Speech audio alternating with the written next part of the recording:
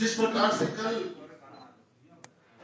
Lieutenant governor साहब ने एक दिल्ली वासियों को सौगात दी है, उसको लेके हमारे बीच मनोज तिवारी जी मौजूद है, सांसद रामवीर सिंह जी भदौरी जो हमारे विपक्ष के नेता हैं वो मौजूद हैं।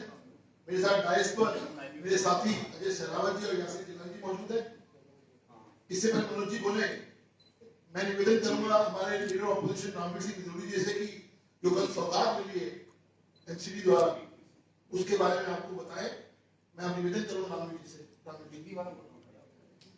दिल्ली प्रदेश भारतीय जनता पार्टी के पूर्व अध्यक्ष और दिल्ली के बहुत ही लोकप्रिय सांसद आदरणीय श्री मनोज तिवारी जी, दिल्ली में पार्टी के प्रवक्ता श्री हरीश खुराना जी, श्री अजय सहरावत जी, श्री जिलानी जी, मीडिया के सभी सम्मानित साथियों, आज मैं भारतीय जनता पार्टी की ओर से और दिल्ली वासियों की ओर से भारत के यशस्वी प्रधानमंत्री आदरणीय श्री नरेंद्र मोदी जी के प्रति, देश के यशस्वी गृह मंत्री आदरणीय श्री अमित शाह जी के प्रति आभार व्यक्त करना चाहता हूं कि कल दिल्ली के राज्यपाल माननीय श्री विनय कुमार सक्सेना जी ने दीपावली पर जो शानदार तोहफा दिया है उसी को लेकर आज की प्रेस कॉन्फ्रेंस है। हाउस टैक्स में दिल्ली के लोगों को बहुत भारी रियायत दी गई है और लाखों लोगों को इसका फायदा होगा।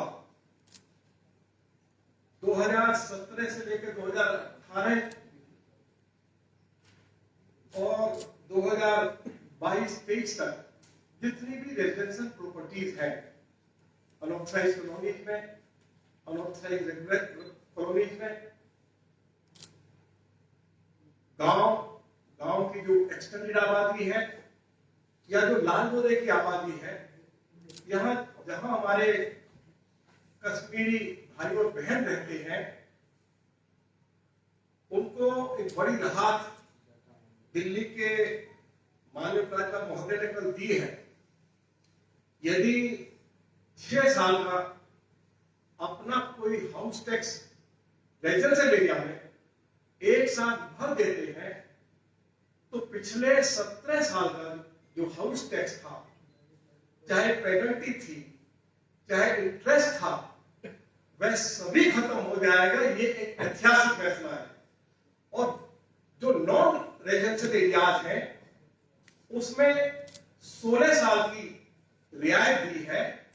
2016-17 से लेकर 2022-23 तक आप अपना हाउस टैक्स भर दीजिए तो 16 साल का जो आपका हाउस टैक्स है या पेनल्टी है या इंटरेस्ट है वह पूरी तरह से समाप्त हो जाएगा। आजादी के बाद मैं ये कह सकता हूं, मेरा एक लंबा राजनीतिक जीवन है, 52-53 साल से राजनीति में हूं, लेकिन इस तरह का ऐतिहासिक फैसला कभी किसी सरकार ने नहीं लिया है। मैं इसके लिए एक बार फिर देश के यशस्वी प्रधानमंत्री आदरणीय श्री नरेंद्र मोदी जी के प्रति, देश के गृह मंत्री श्री अमित शाह जी के प्रति और दिल्ली के उपराज्यपाल माननीय श्री विनय कुमार सक्सेना जी ने जो कल घोषणा करके ये शानदार तोहफा दिल्ली के लोगों को दिया है, एक बार पुनः उनका धन्यवाद करता हूं। और दिल्ली के कोर्ट में हाउस टैक्स को लेकर जो बहुत सारे मामले लंबित थे, अब वह सारे मामले भी समाप्त हो जाएंगे।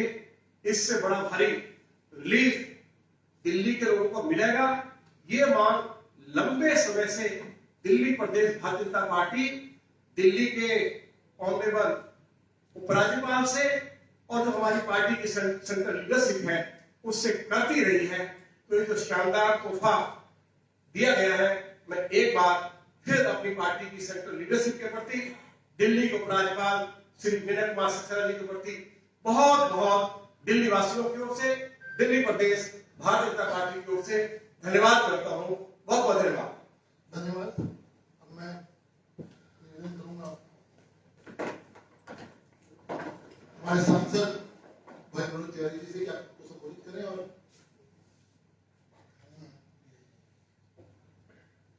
धन्यवाद हरीश जी। अभी हमारे भाई रामवीर सिंह बिदूरी जी, नेता प्रतिपक्ष दिल्ली विधानसभा में, उन्होंने अपनी बात जैसे रखी, आप सबको निश्चित रूप से एक अंदाजा लग गया होगा कि कितनी बड़ी एक राहत और बड़ी सुविधा दिल्ली के लोगों को दी गई है। हमारे साथ अजय सहरावत जी हैं, हमारे प्रवक्ता, और हमारे जिलानी जी।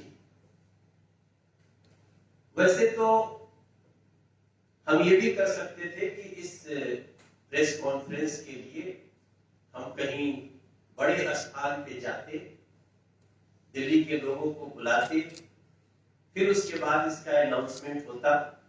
लेकिन चूंकि भारतीय जनता पार्टी की जो केंद्र सरकार है वो लगातार लोगों के लिए अच्छा करने में विश्वास करती है, इसलिए हमारी सारी ये योजनाएं हम इसको बड़े आराम से लोगों तक पहुंचाने के लिए हर स्तर पे जाते हैं। आज हम थ्रू मीडिया दिल्ली को एड्रेस कर रहे हैं और हम निश्चित रूप से हम कॉलोनियों में भी जाएंगे। कहां जाएंगे? अनधिकृत कॉलोनियों में जाएंगे, अनाधिकृत नियमित कॉलोनियों में जाएंगे, लाल डोरा जहां है वहां जाएंगे, यहां तक कि जो लाल डोरा का विस्तार हुआ है वहां भी जाएंगे, कश्मीरी विस्थापितों के लिए जो कॉलोनीज बनी है वहां भी जाएंगे। इस तरह से इन शब्दों पे मैं विशेष जोर इसलिए दे रहा हूं कि आप सबको पता रहे कि गांव की विस्तारित आबादी, कश्मीरी प्रवासियों को आवंटित संपत्तियों का जो कार्यालय आदेश है उससे संबंधित लाल डोरा, विस्तारित लाल डोरा, अनधिकृत नियमित कॉलोनियां और अनधिकृत कॉलोनियां, इन सारे लोगों को आज इस वन टाइम प्रॉपर्टी टैक्स में जो माफी योजना आई है, मैं समझता हूं ये वही कर सकता है जिसके मन में जनता की सुविधा सबसे बड़ी बनी हुई हो। ऐसे नरेंद्र मोदी जी की सरकार को हम अपनी तरफ से बहुत बहुत धन्यवाद करते हैं। अब आप एक विशेष बात सोचिए, ये योजना 2004 से चल रही है, आज हम कब बैठे हैं? 2022, ऑलमोस्ट सब समाप्ति होने वाला है, अक्टूबर समाप्त होने वाला है, 2 महीना।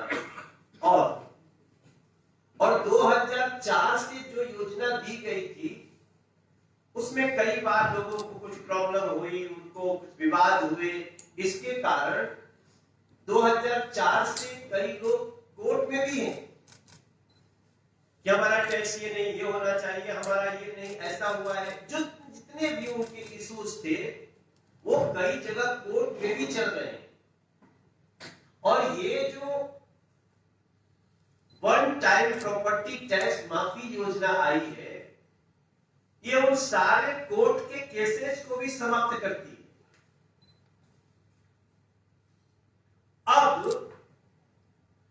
2017 और 18 से पहले के जितने भी प्रॉपर्टी टैक्स हो, आवासीय टैक्स हो, इन जगहों के वो समाप्त हो गए। करना क्या है?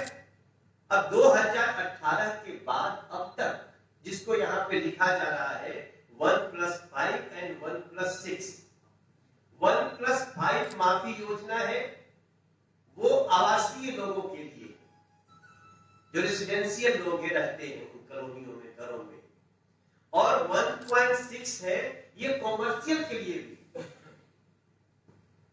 मैं समझता हूं हम जितनी जल्दी प्रेस कॉन्फ्रेंस बैठ गए हैं, इसके बहुत इसके लिए हम रामलीला मैदान का भी चुनाव कर सकते थे, लेकिन चूंकि हमें मीडिया पे भी बहुत भरोसा है, थ्रू मीडिया आजकल बहुत सारी चीजें घर घर जाती हैं, इसलिए हम दिल्ली के विद्वान मीडिया के थ्रू ये बातें ले रहे हैं। आपको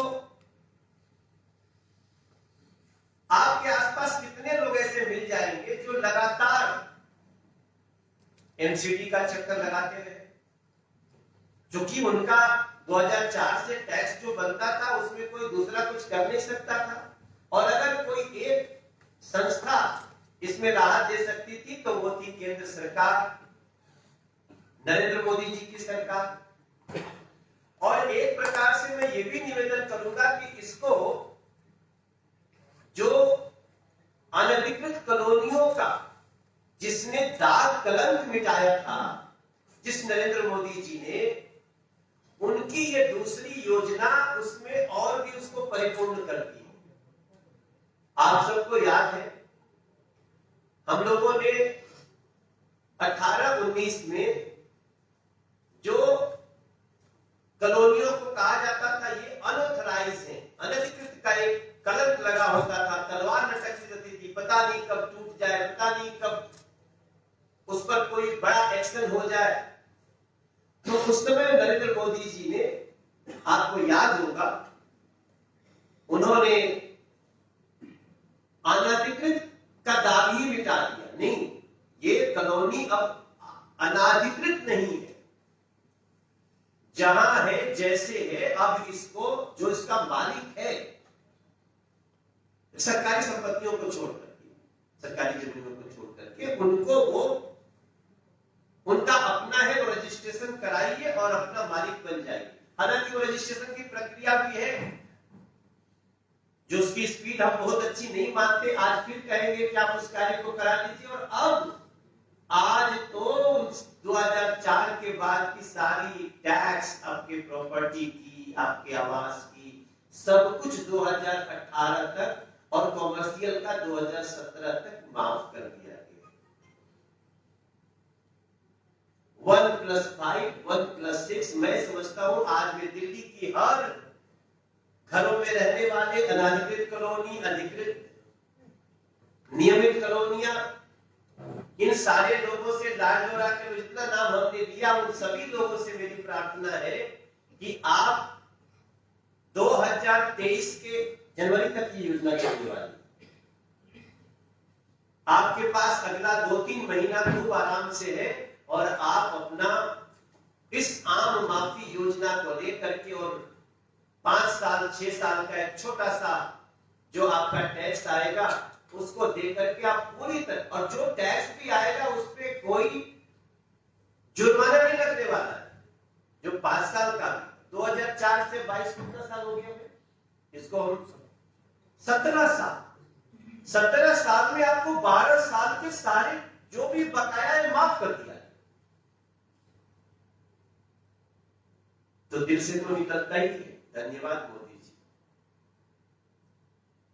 जब हमारे एलजी विनय सक्सेना जी ने ये बातें बताई तो हमारी खुशी का कोई ठिकाना नहीं रहा, क्योंकि हम उन अनऑथराइज्ड कॉलोनियों में, अनाधिकृत, अधिकृत सभी इन कॉलोनियों में जब हम जाते हैं तो लोगों की सबसे बड़ी पीड़ा यही होती थी। मैं एक बार फिर से धन्यवाद करते हुए दिल्ली के लोगों को मिल रही इस बड़ी योजना के लिए बहुत बहुत बधाई देता हूं। लेकिन याद रखिएगा, योजना का फायदा तभी है मेरे भाई बहन जब आप उसको कागजों पे उतार लें। हम इसलिए आए हैं कि आप कल ही से निकलिए, पर कब से शुरू हो रहा है? आज से ही शुरू हो रहा है, कल भी जा सकते हैं। और इसको आप सब 2023 के 2023 के मार्च तक, 31 मार्च तक आप इसको अपने लाभ में ले लें। और इसी के साथ में एक बार फिर से मैं दिल्ली बीजेपी के तरफ से भी सभी लोगों को धन्यवाद करना चाहता हूं, क्योंकि ये उनके सकारात्मक सोच का नतीजा है और दिल्ली को एक बहुत बड़ी राहत स्वीकार। धन्यवाद। कोई सवाल? जी प्रियंका जी। जो करेंसी है भारतीय करेंसी उसमें लक्ष्मी गणेश की तस्वीर भी होनी चाहिए गांधी जी के साथ, आपका क्या रिएक्शन है? देखिए, आज अरविंद केजरीवाल जी को अपना जो भद्दा चेहरा है, जो सत्य सनातन के प्रति, हिंदू देवी देवताओं के प्रति, उसको छुपाने की असफल कोशिश कर रहे हैं। क्योंकि इनके पार्टी के लोग, इनके गुजरात के अध्यक्ष, इनके कैबिनेट मिनिस्टर हिंदू देवी देवताओं को इतनी गालियां दे चुके हैं, इतना गालियां ही नहीं बल्कि उसको ना मानने के इतने बड़ी बड़ी बातें वो सार्वजनिक रूप से कर चुके हैं और अभी भी पार्टी में बने हुए। वो गौतम जी भी बने हुए हैं और उनके गुजरात के प्रदेश अध्यक्ष भी बने हुए। तो इसके बाद आप सोचिए, कोई उस पार्टी का नेता जो उसको ऐसी गालियों को संरक्षण दे रहा है, ब्रह्मा विष्णु महेश का अपमान का, राम जी के अपमान का, कृष्ण जी के अपमान का।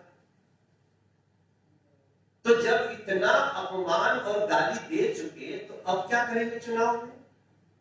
तो चुनाव में अपनी फेस सेविंग के लिए कोई नई नई साजिशें लाएंगे। हमें तो हंसी आ रही है उनकी इस सोच पे कि आप एक तरफ भगवान को गाली दे रहे हो और चुनाव में आप आकर के एक ऐसी बात कह रहे हैं जो हमें तो स्वीकार है।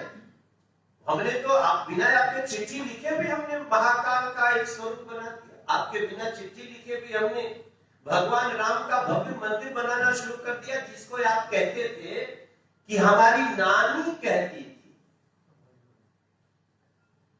अरविंद केजरीवाल जी को जब भगवान श्री राम का मंदिर बनने का चल रहा था, तब वो अपनी नानी जी को रेफर करते थे कि हमारी नानी कहती थी। आगे का बात आप सबको पता है। मतलब जो भगवान श्री राम के भव्य मंदिर का भी विरोध करते थे, वो आज एक चुनावी मुखौटा लेकर के आए हैं। तो उनको याद रहे कि नरेंद्र मोदी जी सत्य सनातन के लिए जो कार्य कर रहे हैं, उसको आप सोचना तो दूर, अब शायद आपका विचार बदले कि आप कम से कम उनका आदर करें और अपने गुजरात के प्रदेश अध्यक्ष को आज ही सस्पेंड कर दो। आप अपने जो आपके कैबिनेट मिनिस्टर जिनको सिर्फ पद से हटाए हैं, उनको भी पार्टी से निकाल दो। तब शायद कुछ लोगों को लगे कि हाँ भाई, गुजरात के गालीबाज अध्यक्ष को हटा दिया, तब हम समझे कि शायद तुम्हारे मन में कुछ है। अच्छा, धन्यवाद।